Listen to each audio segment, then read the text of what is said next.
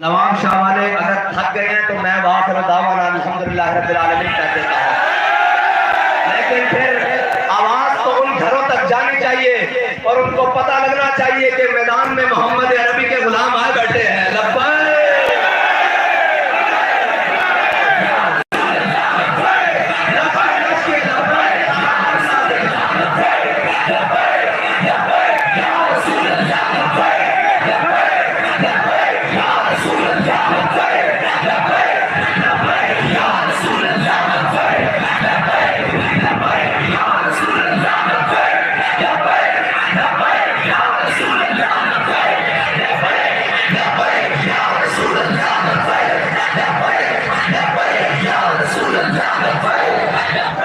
واہ جی واہ، واہ نواب شاہ والے، واہ واہ واہ، آپ کی بھی واہ واہ، کیونکہ ہم تو مانتے ہی اسے ہیں جو حضور کے لیے ہاتھ اٹھائے، حضور کے لیے اپنا قدم اٹھائے، حضور کے لیے اپنا مال لگائے، حضور کے لیے اپنی جان پیش کرے، حضور کے لیے اپنے سارے اسباب پیش کر دے، ہم تو اس کے غلام بن جاتے ہیں۔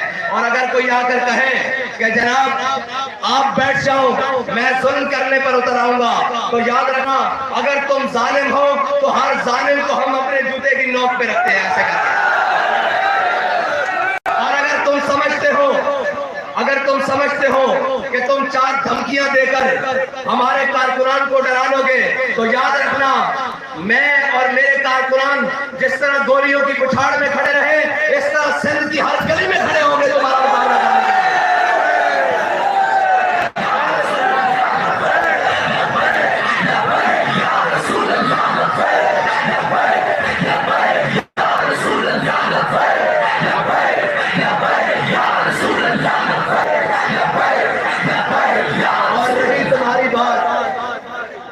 نہ چھیڑو کسے، یہ بازو میرے آزمائے ہوئے ہیں، میں جانتا ہوں تم کتنے دلیر ہو اور مجھے تمہاری اوقات بھی پتا ہے۔ خبردار کسی نے تحریک لبیک کے کسی کارکن کی طرف میلی آنکھ بھی دیکھی۔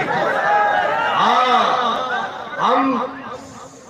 ہمارے بابا نے ہمیں سبق پڑھایا ہے، ہمارے قائد نے، کہ ضعیف اگر نظر پڑے رسول کا جماعت بن۔ ہمارے قائد نے ہمیں بتایا کہ اگر کوئی کمزور آ جائے تو اس کے سامنے آپ نے حضور کے جمال کا مظہر بن جانا ہے، نرم ہو جانا ہے، بچ جانا ہے، اسے اس کے آگے جھک جانا ہے۔ ضعیف اگر نظر پڑے رسول کا جمال بن، اور ظالم اگر آئے نظر قہر ذوالجلال بن۔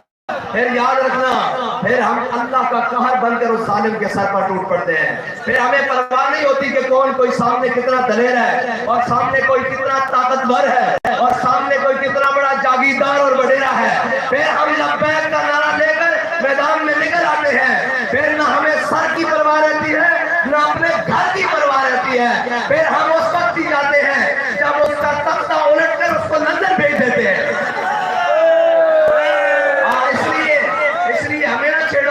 ہمیں چھیڑنے والے آج ملک میں بھی نہیں ہیں۔ اگر تم 4 دن یہاں جی رہے ہو اور تمہارے پاس اگر حکومت آ گئی ہے تو پنجابی میں کہتے ہیں کہ جر کے کھاؤ، ذرا تمیز رکھو، ذرا حوصلہ رکھو۔ تمہاری دولت بتا رہی ہے یہ دولت نہیں ہے، ہمیں پتہ لگ رہا ہے تم کمزور ہو۔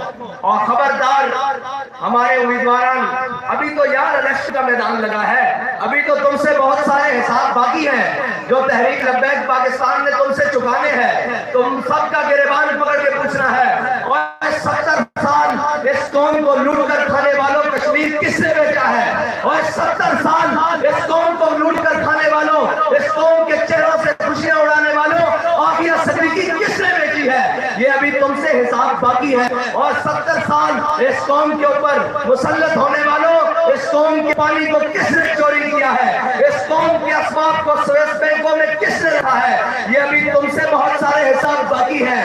یہ نہ سمجھنا وہ کوئی اور ہوں گے جو میدان چھوڑ کے بھاگ جائیں گے، وہ کوئی اور ہوں گے جن کی فلائٹیں باہر اڑتی ہوں گی۔ ہمارا جینا بھی اس ملک میں ہے، ہمارا مرنا بھی اس ملک میں ہے، ہمارے آباء و اجداد کی قبریں بھی اس ملک میں ہیں۔ ذرا ہوش کے ناخن لو، تمہارے سامنے کوئی بھاگنے والے میدان سے نہیں کھڑے، اور وہ نہیں کھڑے کہ جناب جو ہر موقع پر تم سے سوداگری کرے۔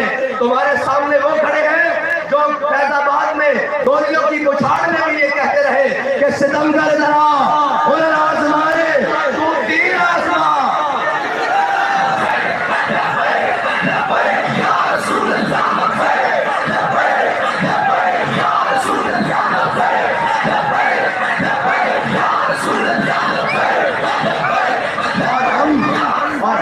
باتیں زبانی کلامی نہیں کرتے، ہم باتیں زبانی کلامی نہیں کرتے، نہ ہمارا زبانی کلامی کوئی کام ہے، ہماری باتیں بڑی عملاً ہیں۔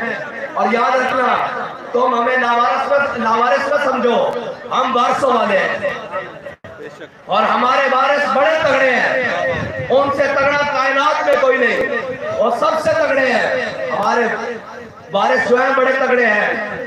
حضرت حسان کے لیے جب میرے آقا مولا ممبر بچھاتے نا، تو ممبر پر چڑھ کر حضرت حسان جب چڑھتے تو میرے آقا فرماتے ہیں حسان میرے دشمنوں کو جواب دو۔ جب حضرت حسان حضور کے دشمنوں کو جواب دیتے تو میرے آقا مولا فرماتے ان اللہ یؤید حسان بروح القدس کما ينافق او يفاخر عن رسول اللہ۔ میرے آقا مولا فرماتے جب حسان میرے دشمنوں کو جواب دیتا ہے، جبریل اس کی پشت پر کھڑا رہتا ہے۔ اور پیر میرے نشاط صاحب نے تو ویسے ہی فرمایا ہے، فرمایا جو حضور کی ختم نبوت اور ناموس رسالت کے لیے میدان میں ہوتا ہے، میرے آقا و مولا کا دست افضل اس کی پشت پر ہوتا ہے۔ اور وہ ہم نے دیکھا ہے کہ جب بھی امیر المجاہدین میدان میں نکلے، حضور کی ختم نبوت کا علم لے کر، حضور کی ناموس رسالت کا علم لے کر، حضور کے دین کا علم لے کر اور حق کا علم لے کر جب میدان میں نکلے، اللہ نے کبھی نامراد نہیں لٹایا، ہمیشہ فتح کا علم آپ کے سر پر رکھا، اور فتح کا سیرا سر رکھ کر یہ بابا جی میدان میں نکلے، اور اللہ تعالیٰ نے ہمیشہ فتح عطا کی۔ کیونکہ اقبال کہتا ہے محفل کون و مقام میں سحر و شام پہ، اقبال کہتا ہے ہم نے کبھی نہیں دیکھی کہ رات کے بڑے پہر ہو گئے ہیں، سامنے جنگل آ گیا ہے، سامنے دریا آ گئے ہیں، سامنے جناب سمندر آ گئے ہیں، سامنے پہاڑ آ گئے ہیں۔ ہم نے کبھی اس چیزوں کی پرواہ نہیں کی، کیونکہ ہم جن کی اولاد ہیں وہ کشتیاں جلا کر سمندر پار کر دیتے ہیں۔ زندہ باد،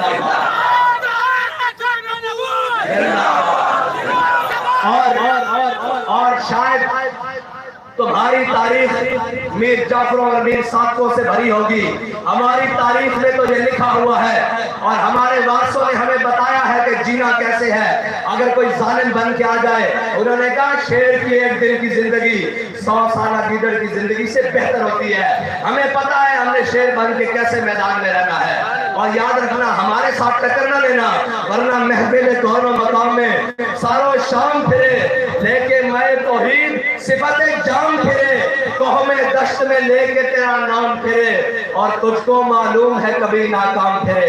او بابا ہم 313 ہو تو 1000 کو لٹا کر رکھ دیتے ہیں، اور جناب ہم خندق میں اگر سامنے عرب کا سب سے بڑا شاہ سوار آ جائے اور آ کر کہے جو عرب والوں مجھے جانتے ہو میں جناب عرب کا سب سے بڑا پہلوان ہوں، تو ہم یہ نہیں کہتے کہ ہم تو بڑے امن والے ہیں اور جناب تم ہو ماشاءاللہ آپ تو بہت طاقتور ہیں، ہم یہ نہیں کہتے، ہم آگے سے مولا علی کے وارث ہیں۔ مولا علی نے کیا فرمایا اس پہلوان کو؟ فرمایا الذی سمتنی امی حیدرہ، فرمایا اگر تجھے عرب کا پہلوان کہتے ہیں نا تو میری ماں نے بھی میرا نام حیدر رکھا ہے، جھاڑیوں کا شیر۔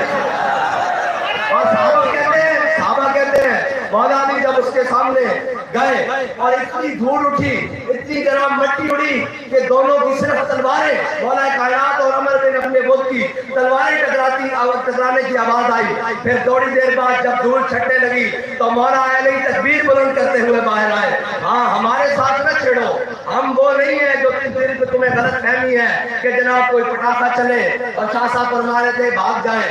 ہم نے تو اپنے قائد سے وعدہ کیا ہے کہ نہ سر جھکا کے جیے نہ منہ چھپا کے جیے، ستمگر کی نظروں سے ہم وہ ہیں، اور انشاءاللہ اب حضور کے دین کا سورج پاکستان میں طلوع ہوگا، انشاءاللہ طلوع ہوگا۔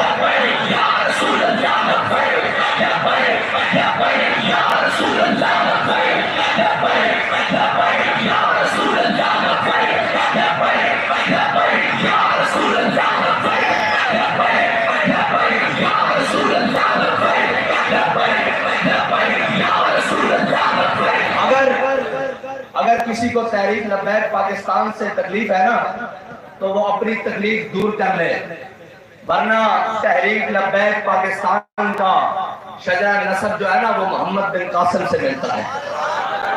ہاں پھر وہ عمر نہیں دیکھتے، پھر وہ لشکر لے کر آ کر راجہ دہر اور اس کی اولاد اور اس کے جناب پورے ذریت کو لتاڑ کے رکھ دیتے ہیں. ہاں تو اس بات کو نہ روکو، تمہاری آپس کی چپکرشیں اور مقامی سیاستیں ہوں گی. تحریک لبیک پاکستان امت کا بیانیہ کر میدان میں کھڑی ہے، اور امت کا بیانیہ ہے جس کو آج شرق اور غرب میں آج انگریز ہو، انگریز مسلمان ہو یا جناب بنگالی مسلمان ہو، ہندوستانی مسلمان ہو یا برازیلی مسلمان ہو، کہیں کا بھی رہنے والا ہو، آج وہ جو میرے قائد نے بیانیہ دیا تھا حضور کی حدیث پاک کے من سب نبی جن، آج وہ امت کے بچے بچے کی زبان پر جاری ہو چکا ہے. اور زبان پر صرف جاری نہیں ہو چکا بلکہ اس کے ہاتھوں میں بھی اب وہ قوت آ چکی ہے جس قوت کے بارے میں بابا جی فرماتے تھے کہ قوت سلطان و امیر از لا الہ اور حیبت مرد فقیر از لا الہ. وہ قوت آ چکی ہے جو اسلام کی نشاط ثانیہ کے کام آئے گی انشاءاللہ، اور اسلام کا سورج انشاءاللہ اب طلوع ہو کر رہے گا. بابا جی فرماتے تھے بڑی ہو گئی، بڑی اندھیر نگری تم نے مچا لی، 3 صدیوں سے تم نے مسلمانوں کو نکال کر رکھا، تمہیں جہاں موقع ملا تم نے مسلمانوں کو مارا، عراق میں مارا، فلسطین میں مارا، لبنان میں مارا، برما میں مارا، شام میں مارا، کشمیر میں مارا، لیبیا میں مارا، افغانستان میں مارا. لیکن اب تمہیں مسلمان انشاءاللہ اسی زبان میں جواب دیں گے جس زبان میں خالد بن ولید دیا کرتے تھے. انشاءاللہ مسلمان اب تمہیں اسی زبان میں جواب دیں گے جس زبان میں حضرت مسنہ دیا کرتے تھے. انشاءاللہ مسلمان اب تمہیں اسی زبان میں جواب دیں گے جس زبان میں صلاح الدین ایوبی نے مسلمانوں کو بیت المقدس لے کے دیا تھا. اور میرے سے کچھ سنتے ہو، میں بڑی سخت بات کر جاؤں گا. اور تمہاری اوقات کیا ہے جنہوں نے جب سے پاکستان بنا ہے اکثریت وقت میں ملک کے اندر حکومت کی ہو اور صوبے کے اندر حکومت کی ہو، جو ایک اسمبلی کے اندر مسجد نہ بنوا سکے وہاں بھی لبیک کے شعر کو کام کرنا پڑے. تم بات کرتے ہو ان کے ساتھ جنہوں نے گردنیں حضور کے لیے رکھی ہوئی ہیں، تم ان کے ساتھ بات کرتے ہو. بابا جی فرمایا کرتے تھے یہ منہ اور یہ مسور کی دال. خبردار کوئی ہمارے کینڈیڈیٹ کے دروازے تک بھی گیا تو یاد رکھنا تم ہمارے کینڈیڈیٹ کے دروازے تک گئے ہم تمہارے گھروں میں گھس جائیں گے.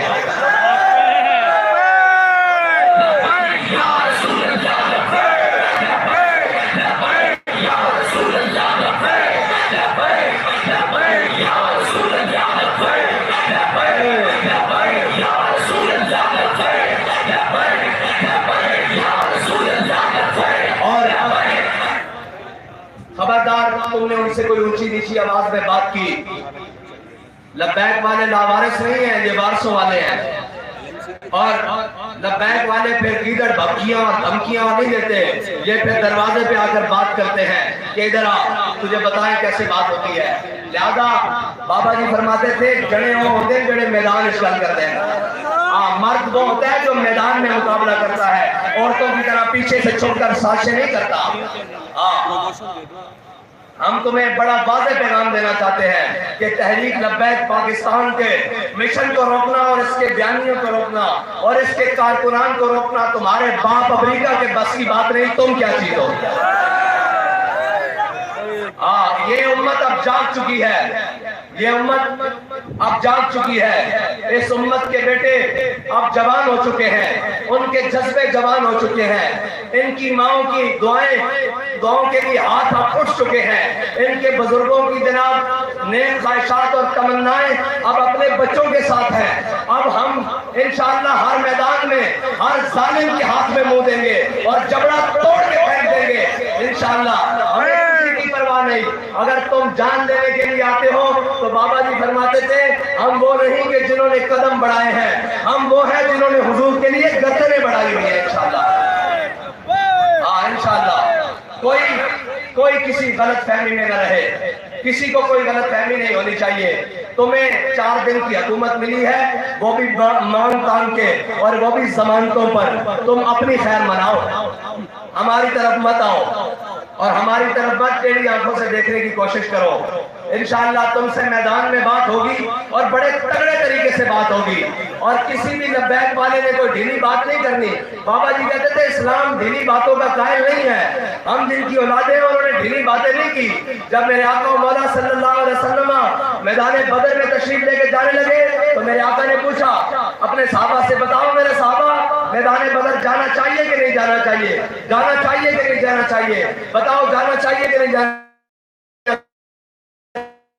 چاہیے. حضرت سعد بن موڑے ہوئے, کہا حضور ہم سے پوچھتے ہیں سر حبال من شیطا, وقتا حبال من شیطا, سالم من شیطا, آدم من شیطا, خود من امبالنا ما شیطا, بادنا ما شیطا. یا رسول اللہ بدر تو یہ کھڑا ہے, حکم دے کیسے اور کس طرح سے جنگ چھیڑ کے رکھ دیں گے, حکم دے گھوڑے سمندروں میں ڈال دیں گے. اور اقبال سے پوچھتے ہیں ایک بات, انہوں نے کون سے گھوڑے سمندروں میں ڈالنے تھے؟ غزوہ بدر میں تو مسلمانوں کے پاس 2 گھوڑے تھے, 8 تلواریں تھی, کون سے گھوڑے ڈالنے تھے؟ اقبال ہمارے لیے بتا کر گیا ہے کہ تم نے اسباب سے پریشان نہیں ہونا, تم سے یہ پریشان نہیں ہونا کہ ان کے پاس بڑی بڑی گاڑیاں ہیں, ان کے پاس بڑے بڑے بنک پیلس ہے. اقبال کہتا ہے ہر کے عشق مصطفیٰ سامان ہو باہر و بادر گوشہ دامان ہو. اقبال کہتا ہے جس کے دل میں حضور کائنات کی ساری نعمتیں اس کی دل میں موجود ہوتی ہیں.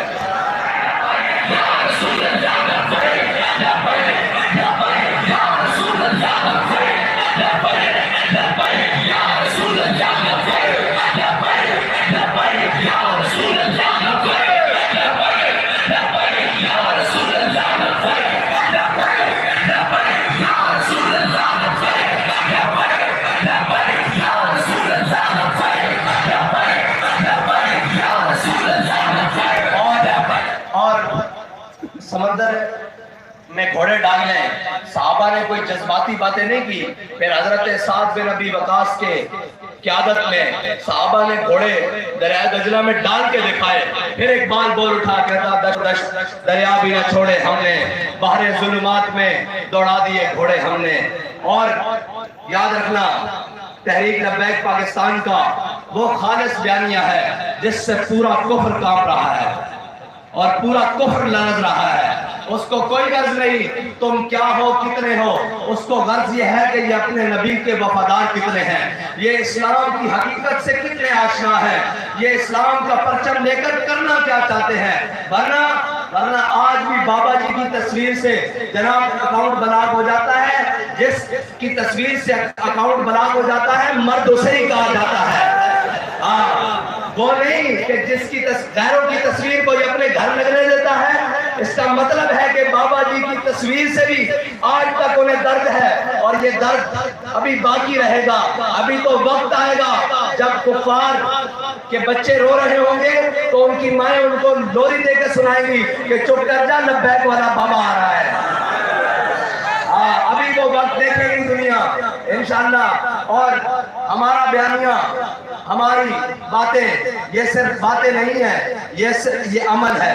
اور یہ عمل نہ گولیوں کی بچھاڑیں روک سکی, نہ گرفتاریاں روک سکی, نہ جناب جیلیں روک سکی, نہ ظلم و تشدد روک سکا, نہ جناب ہمارے شہیدوں کا خون لے کر روک سکی, نہ ہمارے زخمیوں کو جناب سینے اور جناب جسم پھاڑ کر روک سکی. یہ جناب جاری رہے گا کیونکہ بابا جی فرما کر گئے ہیں لطف سجن دم بدم قہر سجن گاہ گاہ, اینج بھی سجن واہ واہ اینج بھی سجن واہ واہ. اللہ تعالیٰ مجھے اور آپ کو حضور کی محبت عطا فرمائے اور حضور کے دین کے لیے میدان عمل میں ہمیشہ کھڑے ہونے کی توفیق عطا فرمائے. اور اسی جذبے کے ساتھ جس جذبے کو بابا جی بیان کر دیے گئے کہ ہم سوئے حشر چلیں گے شاہ ابرار کے ساتھ اور قافلہ ہوں